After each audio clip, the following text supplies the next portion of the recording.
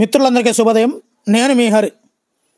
భారతీయ శాస్త్రీయ నృత్యాలు ఈ వీడియో కావాలి సార్ అంటూ చాలామంది మిత్రులు అయితే కామెంట్ చేశారు. దానికి అనుగుణంగా మనం 7 పేజీలతో కూడినటువంటి పీడిఎఫ్ అయితే వీడియో తయారు చేయడం జరుగుతుందండి. మరి ఇందులో ఈ పీడిఎఫ్ కావాలనుకుంటే మన యొక్క టెలిగ్రామ్ ఛానల్ గ్రూపు ఈ యొక్క డిస్క్రిప్షన్లో లింక్ ఇవ్వడం జరుగుతుందండి. అక్కడి నుంచి మీరు డౌన్లోడ్ చేసుకోవచ్చు. ఓకేనండి. మరి లేట్ లేకుండా టాపిక్లకు వెళ్ళిపోదామండి. మొదటి శాస్త్రీయ నృత్యం కూచిపూడి అండి. ఈ కూచిపూడి అనేది ఆంధ్రప్రదేశ్కు చెందిందండి. ఈ కూచిపూడికి మరొక పేరే భాగవత మేళ అని కూడా అంటారండి. ఇది గోల్కొండ సుల్తాన్ అయినటువంటి అబుల్ హసన్ తానిసా కూచిపూడి అగ్రహారాన్ని బహుమానంగా ఇచ్చాడు.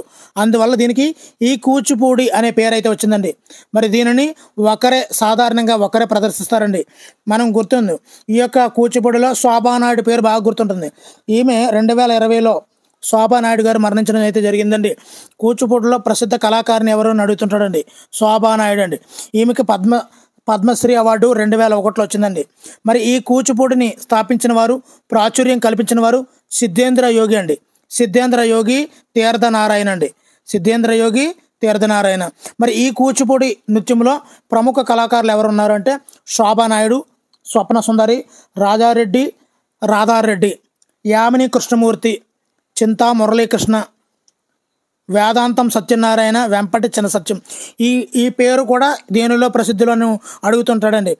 ఒకవైపు ఏమో నృత్యాలు, ఒకవైపు కళాకారులు ఇచ్చి ఎవరు దేనికి అనేది మ్యాచింగ్ చేయమంటుంటాడో అక్కడ మనం దొరికిపోయే అవకాశం ఉంటుందండి. అందుకే చిన్న సింపుల్గా శోభానాయుడు రీసెంట్గా చనిపోయారు కాబట్టి కూచిపూడిలో శోభానాయుడు, స్వప్న సుందరి, రాధారెడ్డి, యామిని కృష్ణమూర్తి, చింతా మురళీకృష్ణ, వేదాంతం, వెంపటి. ఓకేనండి. నెక్స్ట్ చూద్దామండి. భరతనాట్యం అండి. ఇది తమిళనాడులో ప్రసిద్ధి అండి. మరి దిల్లానా ఈ నృత్య రూపకానికి చెందిందే భరతనాట్యం అండి. తిలానా కసి కల్లాకూన ఇది భరతనాట్యం అనుకోండి. తిలానా అనే ఈ నృత్య రూపకానికి చెందింది భరతనాట్యం అండి. మరి ఈ భరతనాట్యంలో చిదంబరం దేవాలయంలోని శిల్పాలు ప్రేరణగా ఉంటాయండి. ఈ భరతనాట్య చిత్రాలు ప్రేరణగా ఉంటాయండి. ఇందులో భావ రాగ తాళ సమ్మేళనమే భరతనాట్యం అండి. భావ రాగ తాళాల సమ్మేళనమే భరతనాట్యం అండి. మరి ఈ ప్రాచీన కాలంలో సదీర్ నృత్యంగా దేవదాసీలు ప్రదర్శించేవారండి ఈ ఆలయాల్లో. నెక్స్ట్ భరత మహర్షి యొక్క నాట్య సూత్రాలపై ఆధారపడి భరతనాట్యం అనే పేరు వచ్చిందండి. ఈ నృత్యాన్ని కూడా ఒకరే ప్రదర్శిస్తారు. సో భరతనాట్యం అనేది భరతముని. మరి ఈ యొక్క భరతనాట్యానికి ఆధునిక రూపాన్ని ఇచ్చిన వారు ఎవరు అంటే చిన్నయ్య, పొన్నయ్య అండి. మరి ఇది సోషల్ కూడా లింక్డ్ అవుతుంది కాబట్టి ఇటు జీకేని ఇటు సోషల్ని ఒకేసారి మనం టాలీ చేద్దామండి.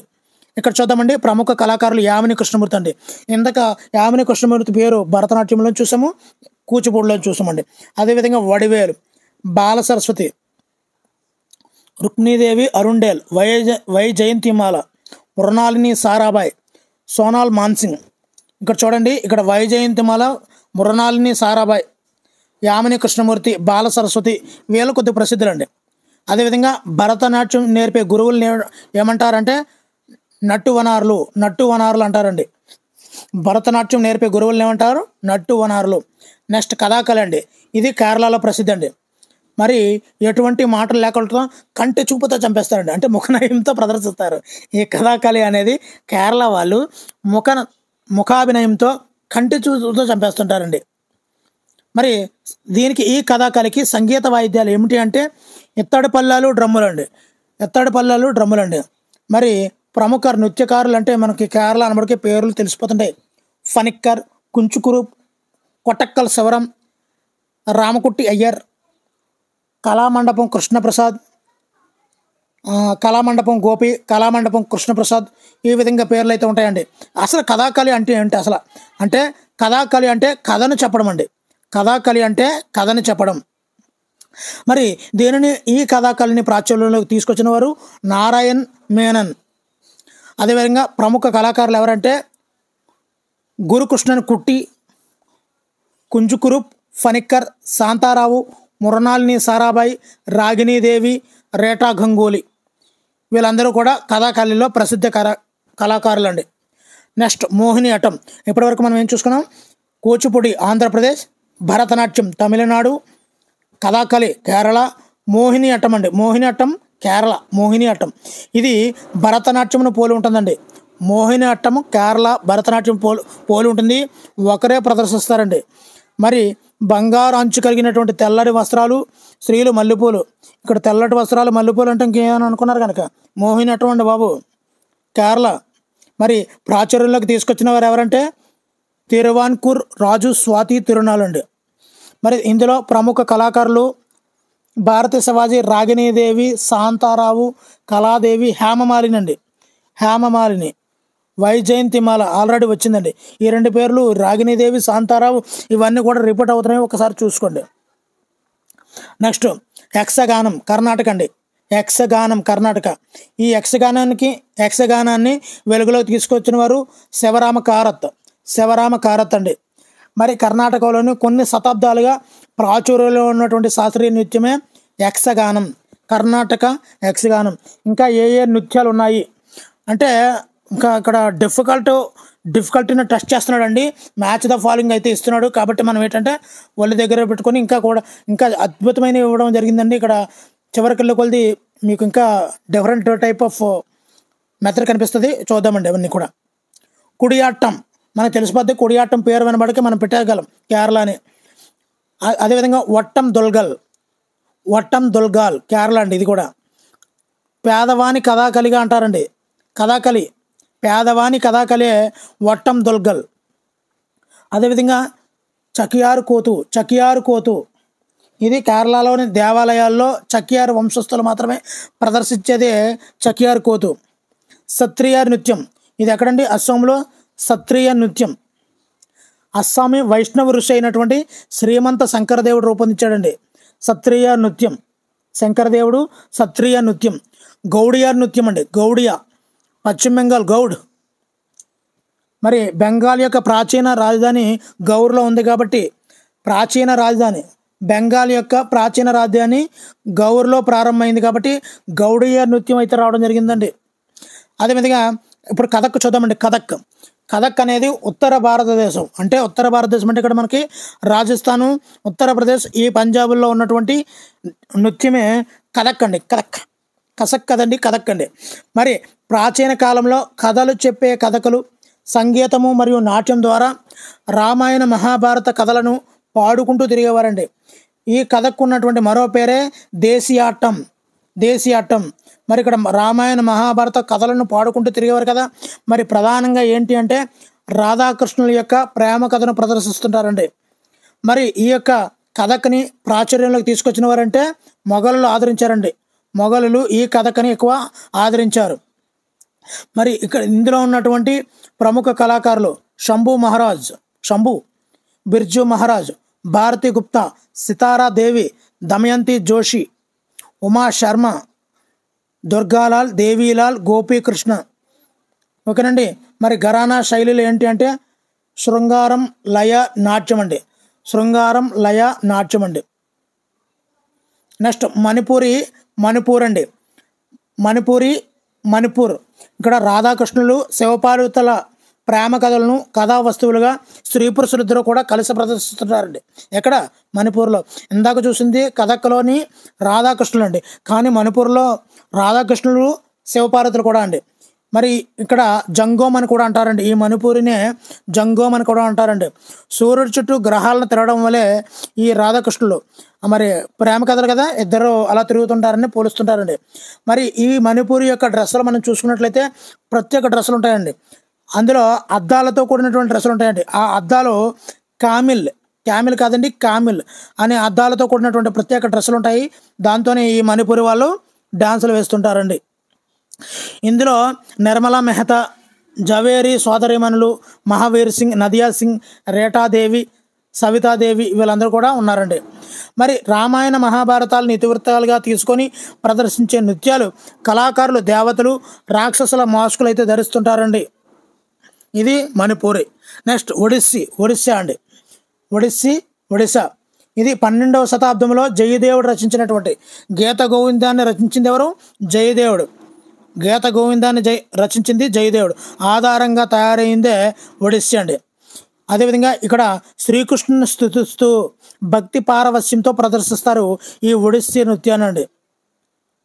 చోడగంగ దేవుడు మహిళలను ఆలయ నర్తకీయులుగా నియమించాడండి. చోడగంగ దేవుడు ఇక్కడ ఆలయ నర్తకీయులుగా నియమించాడండి. మొదటిగా పూరిలోని జగన్నాథ ఆలయంలో నర్తకీయులను ఏర్పాటు చేశారండి. మహరీల ద్వారా వృద్ధి చెందిందండి. ఇక్కడ కుంచుకురుప్ కథాకళిలో ప్రసిద్ధి కుంచుకురుప్ అండి. కుంచు కథ. రుక్మిణి భరతనాట్యం రుక్మిణి. కేలుచరణ్ మహాపాత్ర మణిపూరి. ప్రముఖ నాట్యాచార్యులు నృత్యాలండి.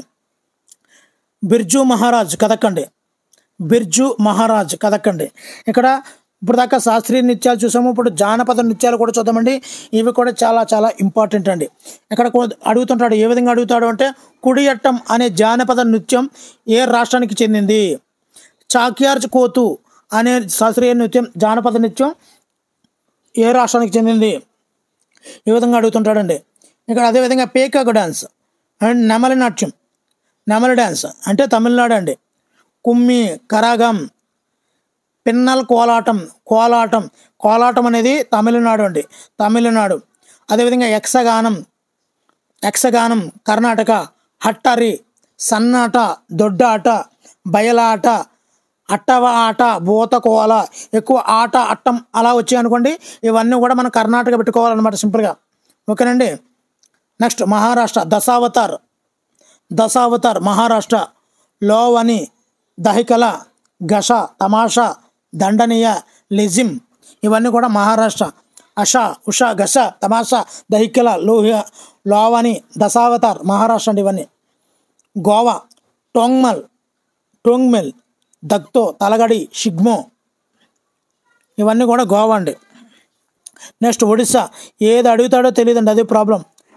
ఇక్కడ స్పెషల్గా ఏదైతే బ్రాకెట్లో పెట్టాడో అది చాలా ఇంపార్టెంట్ అండి. ఇక్కడ సుగ్గు కథ అన్నాడు కదా, చాలా ఇంపార్టెంట్. సుగ్గు కథ కర్ణాటక. బాహడ అనే నృత్యం జానపద నృత్యం మహారాష్ట్ర. ఇక్కడ పాయక అంటే యుద్ధ విన్యాస నాట్య రీతి అనేది ఏ రాష్ట్రానికి చెందినటువంటి జానపద నృత్యం అని అడుగుతుంటాడండి. ఇది ఒడిస్సా అండి. ఏదైతే బ్రాకెట్లో పెట్టారో అది ఖచ్చితంగా మనం నేర్చుకోవలసిందే, మిగతా పర్వాలేదు. పాండవని, నావరాని నృత్యం. లోట ఏదండి? మధ్యప్రదేశ్. గార్బా డ్యాన్స్ అంటారు చూసారా, గార్బా గుజరాత్. దండియా ఆటలు ఆడ గుజరాత్. టెప్పని మాగే గుజరాత్. ధమాల్ మూవీ చూసారంటే ధమాకా గుజరాత్. గోంప్ గుజరాత్. చక్రి రాజస్థాన్ చక్రి. నెక్స్ట్ ఖయాల్, హతాల్, జుమాసుసిని, గెనడ్ ఇవన్నీ కూడా రాజస్థాన్ అండి. ఇక్కడ చాలా చాలా ఇంపార్టెంట్ అండి. బాంగ్రా చాలా ఇంపార్టెంట్, చాలాసార్లు పడ్డదండి. బాంగ్రా పంజాబ్ పురుషులు వేస్తారండి. ఇక్కడ బాంగ్రా వేసేది బాంగ్రా డ్యాన్సు, పంజాబ్ వాళ్ళు వేస్తారు, పురుషులు వేస్తారు. అదే గిద్దా అనే డ్యాన్స్ ఉంటుంది, స్త్రీలే వేస్తారండి. ఇది కూడా పంజాబ్లో అదే. నెక్స్ట్ జుమ్మేర్. ఓకేనండి. నెక్స్ట్ హర్యానా అండి. పాగ్, లూర్, ధమాల్. ఇక్కడ ధామాలు, గుగ్గ, గరోర్, కోరియా, స్వాంగ్, డఫ్ ఇవన్నీ కూడా హర్యానా. జమ్మూ కాశ్మీర్. మరి పీడిఎఫ్ కావాలంటే మన టెలిగ్రామ్ ఛానల్ ఉంటుందండి, అక్కడి నుంచి తీసుకోవచ్చు. జమ్మూ కాశ్మీర్ దండినాచ్, రౌఫ్. హికత్ కాశ్మీర్ దండినాచ్. నెక్స్ట్ హిమాచల్ ప్రదేశ్ ఒకసారి చూసుకోండి. వెదురు నృత్యాలు మిజోరం. ఒకసారి స్క్రీన్ షాట్ తీసుకోండి. ఇదండి మ్యాటర్. మరి వీడియోలో ఉన్నటువంటి బిట్లు నచ్చితే తప్పనిసరిగా లైక్ చేయండి. ఇలాంటి మరిన్ని వీడియోలు మీకు ఏదైనా కావాలనుకుంటే ఖచ్చితంగా కామెంట్ చేయండి, నేను ఖచ్చితంగా చేస్తానండి. Thank you for watching. Me Hari signing out.